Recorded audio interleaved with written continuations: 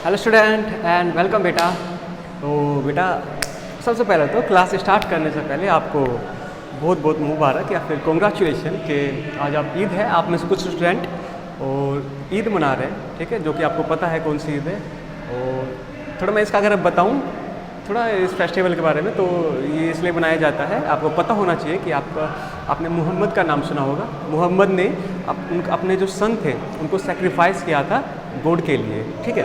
तो उसके ऑनर में, ठीक है, सॉरी उसके नहीं, उनके कहना ज़्यादा बेटर है, उनके ऑनर में आप जो ये आज का फेस्टिवल है ये मनाते हो, ठीक है। अपने अपने तरीके से सब अच्छे से मनाते हैं, बट फिर भी बीच बीच में फेस्टिवल वगैरह आते रहने चाहिए जिससे सारी चीज़ें बैलेंस में बने रहें, ठीक है। ओके, तो अब हम आ जाते हैं वापस अपनी स्टडी पर, ठीक है। आपके साइंस का चैप्टर नंबर 3 जो था वो था एटम्स एंड मॉलिक्यूल्स।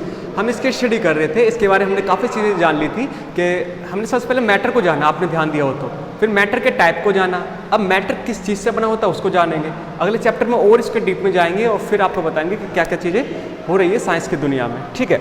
आज की डेट में या फिर आज की क्लास में हमको जो जानना है, डिस्कस करना है, वो ये 3 टॉपिक मैंने लिख लिए, that is atomic mass, molecules and atomicity, ठीक है। सबसे पहले आपका atomic mass, let's discuss it first. Atomic mass, atomic mass simple सा ये चीज़ बोलता है कि एक सिंगल एटम का मास कितना है। मैंने आपको पहले भी क्लास में बता चुका हूँ कि मास और वेट इन दोनों में थोड़ा सा स्लाइटली डिफरेंस है, स्लाइटली डिफरेंस। लेकिन अभी आप जब तक हम फिजिक्स नहीं पढ़ते तब तक आप मास और वेट को एक तरह लगा सकते हो, मतलब एक एटम का वजन कितना होता है, ठीक है। अच्छा, तो हम उसको मास बोल रहे हैं कि एटम, एक सिंगल एटम का मास कितना होता है, ठीक है। ये इस चीज़ पर ये जो टॉपिक है ये बेस है। अच्छा, अब एक चीज़ मैं बता दूँ, एक सिंगल एटम को आज तक किसी ने नहीं देखा है, even electron microscope is not capable to seeing this, ठीक है। इलेक्ट्रॉन माइक्रोस्कोप भी आप उसको नहीं देख पाता। अच्छा, तो मेन जो दिक्कत आई थी साइंटिस्ट के सामने वो ये थी कि जिस चीज़ को आप देख भी नहीं पा रहे ना, आपको उसका मास निकालना है। कैसे निकाल पाओगे? क्योंकि अगर आप मास निकाल लेते हो तो आप काफ़ी सारी चीज़ें आपके लिए स्टडी करना उनको ईजी हो जाएगी, ठीक है। और हम बताएंगे क्या क्या चीज़ें असल में सही होने वाली है। बट मेन दिक्कत है कि सिंगल जो चीज़ आपको दिख भी नहीं रही उसका मास कैसे निकाले। अच्छा, तो साइंटिस्ट ने थोड़ा सा दिमाग लगाया। आपके जो डाल्टन था, ठीक है, आपके जो डाल्टन ने जो अपनी थ्योरी दी थी वो काफ़ी ग्राउंड ब्रेकिंग थ्योरी थी और उनमें काफ़ी चीज़ें बताई थी उन्होंने इस चीज़ के बारे में, ठीक है। असल में उन्होंने जो थ्योरी दी थी उसमें सबसे ग्राउंड ब्रेकिंग पॉइंट यही था, एटॉमिक मास को बताना, ठीक है। तो वो भी साइंटिस्ट थे और भी कई साइंटिस्ट थे, उन्होंने स्टार्ट किया इसको ऑब्जर्व करना कि कैसे निकाल सकते हैं। तो वो एक कंक्लूजन पर पहुँचे। उन्होंने बोला कि हम अगर एटम को नहीं देख सकते तो एटम जिस चीज़ से बना होता है, मतलब एटम से मिलके भी कुछ ना कुछ चीज़ बनती होगी, जैसे मॉलिक्यूल्स एटम से मिलके बने होते हैं, हम उनके बारे में डिस्कस करते हैं क्या? हम क्या उनका मास निकाल कर कुछ रिलेटिव मास निकाल सकते हैं क्या? अच्छा, इसका इतना है तो इसका इतना होता होगा, ठीक है। अच्छा, तो क्या हुआ? अच्छा, मॉलिक्यूल्स के बारे में असल में आपको थोड़ा सा मैं पहले बता दूं, फिर हम वापस इस पे आएंगे। मॉलिक्यूल्स क्या होते हैं? एटॉमिक मास में थोड़ा सा वर्ड आ रहा है तो मैं बता देता हूँ कि क्या होता है। आपके जो एटम्स होते हैं, एटम और एटम के मिलने से आपका बनता है मॉलिक्यूल्स। थोड़ा साफ लिख देते हैं इसको, कुछ स्टूडेंट को दिक्कत आती है कई बार। आपके atoms, same type of atoms के मिलने से बनता है आपका मॉलिक्यूल, ठीक है। ध्यान रखना, सेम टाइप ऑफ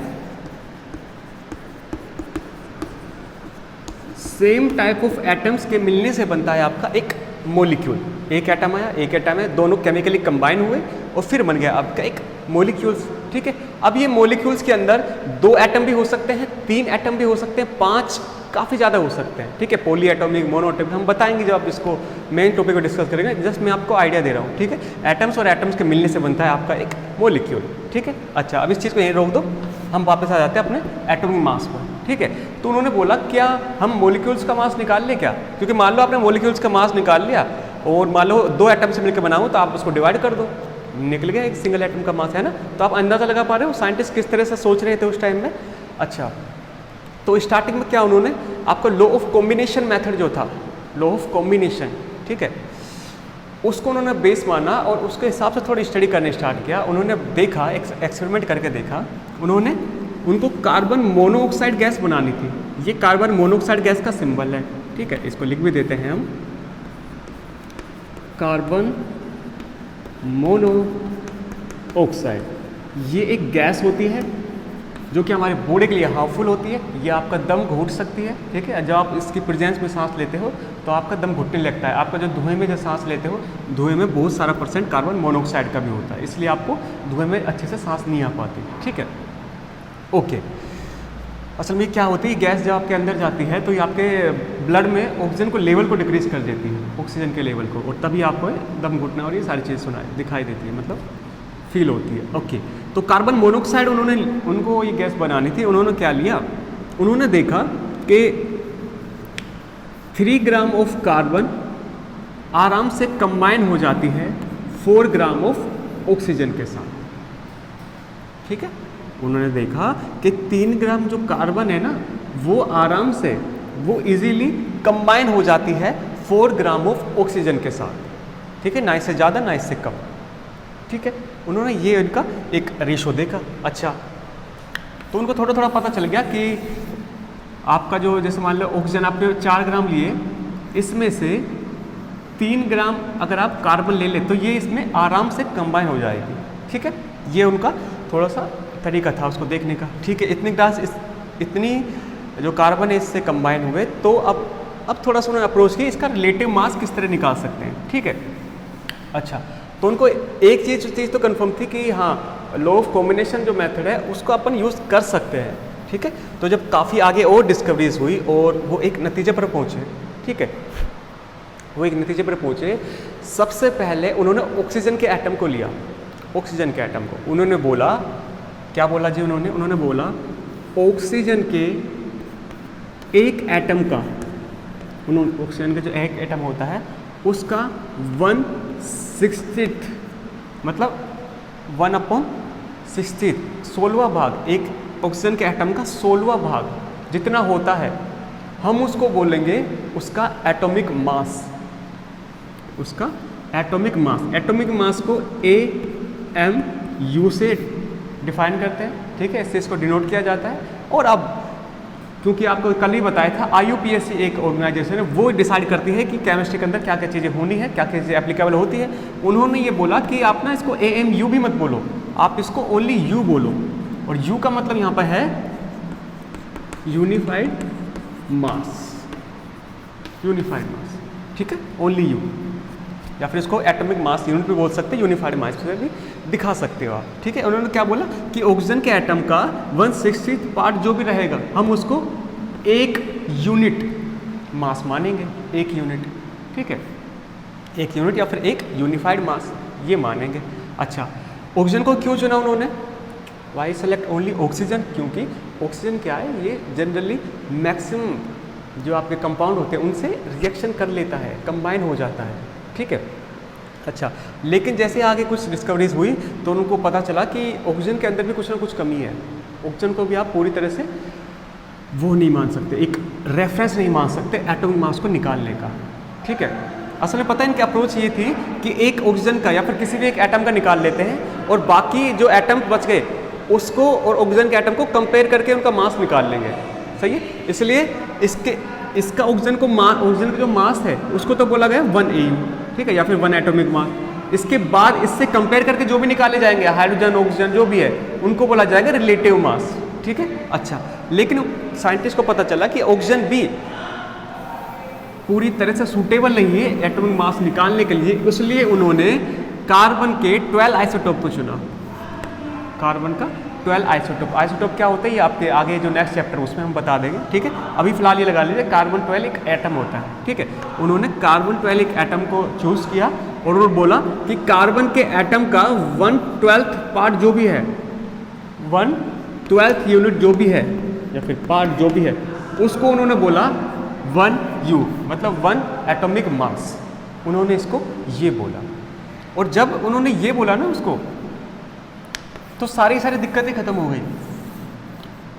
अब कार्बन के एक एटम का 1/12 जो यूनिट है उसका मास आ गया 1 यूनिट, ठीक है, one atomic mass unit, one unified unit, तीनों में से कुछ ही बोलना चाहे, ऑल आर परफेक्ट। ठीक है, अब क्या करना है, जब इसको कंपेयर किया गया बाकी एटम्स के साथ, तो बाकी एटम्स का रिलेटिव मास भी बिल्कुल होल नंबर के टर्म्स में आने लगा। कैसे? जैसे कि हाइड्रोजन है, हाइड्रोजन का एटॉमिक मास आया 1, ठीक है।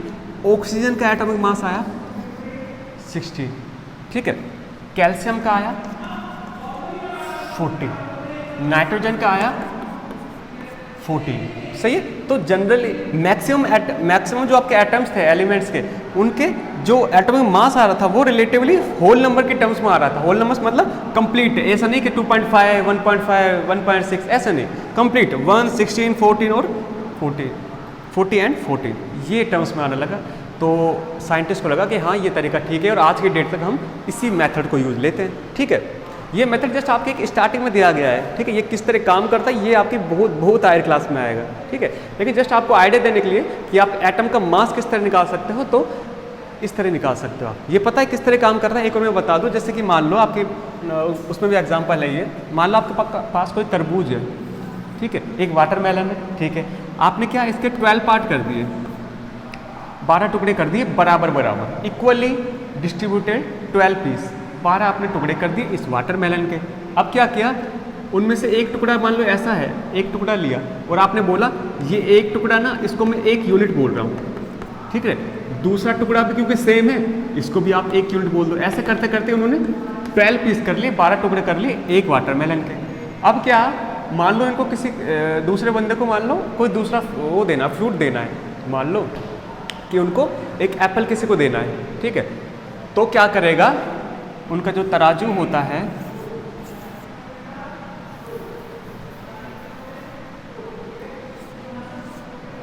ये जस्ट मैं आपको आइडिया देने के लिए बता रहा हूँ, ठीक है। इसको आपने किसी से हैंग कर रखा है, मतलब इसको पकड़ रखा है, ठीक है। और यहाँ पर एक जगह तो आप रखोगे, यहाँ पर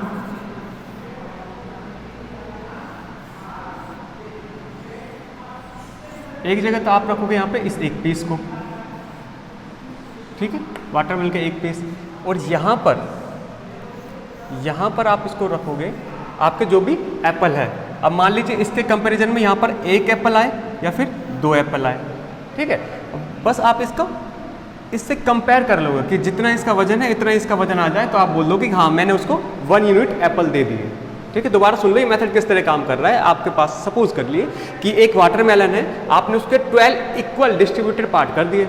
आपने उसे क्या किया, 12 टुकड़े किए इक्वल लेंथ इक्वल वेट के, ठीक है, अपने अंदाजे से, ठीक है। तो 12 पार्ट उसके हो गए। अब आपको बोला गया है कि हर एक पार्ट ना, आपने बोला 1 यूनिट है, ठीक है। 1 यूनिट यहाँ पे लगा सकते हो, जैसे कि आप बोल सकते हो 1 किलो, 1 ग्राम, 1 मिलीग्राम, ठीक है। ऐसे 1 यूनिट है आपने बोला, ठीक है। 1 यूनिट बोला, आपने बोला कि मुझे 1 यूनिट सेव चाहिए, तो उसने बोला 1 यूनिट सेव चाहिए। तो आपने कहा कोई दिक्कत नहीं, आपने एक पीस उठाया, उसको तराजू में रखा और दूसरी साइड आपने जितने एप्पल इसके वेट के अकॉर्डिंग आ रहे थे, मान लीजिए 1, 2 जितने भी आ रहे थे, आपने उनको लगा कर दे दिया कि हाँ इतना इक्वल हो गया, आपने उसको एप्पल दे दिए। तो आपको क्या करना पड़ा, आपको ना असल में इसका मास पता है ना इसका मास पता है, जस्ट आपने इसको कंपेयर कर लिया, ठीक है। तो ऐसे ही रखा जाएगा, जो एटम्स है उनका मास को कुछ इस तरह से ही निकाला जाता है। जैसे कि मान लीजिए कार्बन का हमने आइसोटोप लिया था, उसका 1/12 यूनिट, 1/12 यूनिट मतलब 1, 1, 1 ऐसे करते करते 12 है ना। आपने उनमें से 1 यूनिट मास यहाँ पर रख दिया है ना, ठीक है।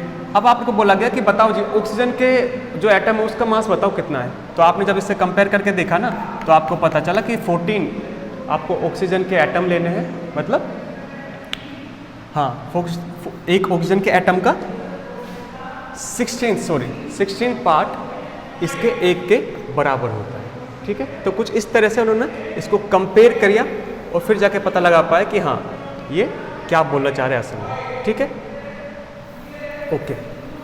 असल में जो मेथड बताया मैंने एग्जैक्टली तो ऐसे काम नहीं करता, मतलब ये तराजू ऐसे थोड़ी ना कि एटम को तराजू में रखोगे आप फिर निकालो। बस मेरे को आपका आइडिया देना था कि किस तरह, बस इसको अब बाकी एलिमेंट्स के एटम के साथ कंपेयर करोगे आप, ठीक है। तो इस तरह से ये कुछ काम करता है। अच्छा अच्छा, एक चीज़ अभी मैंने जो एटम का ये बताया ना, तराजू को लेके जो बताया था, उसको कैंसिल आउट कर देना, मतलब उसको नेगलेक्ट कर देना, ठीक है। असल में वो ऐसे नहीं है। आप वाटरमेलन का जो एग्जांपल दिया था उससे उसको कनेक्ट करना, जस्ट आप उसको कंपेयर करोगे बाकी एलिमेंट्स के साथ। ओके, अब आ जाओ जी, एक हो गया आपका। अब आओ वापस आप मॉलिक्यूल्स पे। मॉलिक्यूल्स क्या होते हैं, जैसे कि मैंने बताया, it is same type of atom. ये एक ऐसा पार्टिकल होता है जो कि सेम टाइप ऑफ एटम से मिलके बना होता है, ठीक है। सेम टाइप ऑफ एटम से मिलके बना होता है, ठीक है।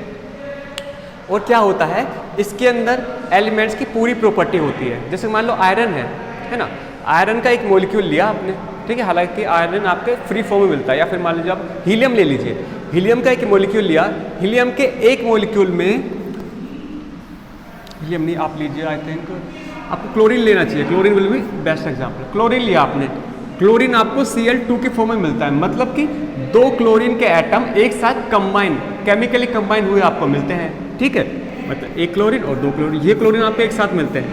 अब ये जो मॉलिक्यूल बना, इस मॉलिक्यूल के अंदर सारी की सारी प्रॉपर्टी क्लोरीन की ही रहेगी, क्लोरीन की, और जो भी एलिमेंट्स प्रॉपर्टी शो कर रहा है वही आपका क्लोरीन शो करेगा। मान लीजिए मैंने आपको एक पीस दे दिया, बोला कि ये क्लोरीन है, क्लोरीन, ठीक है।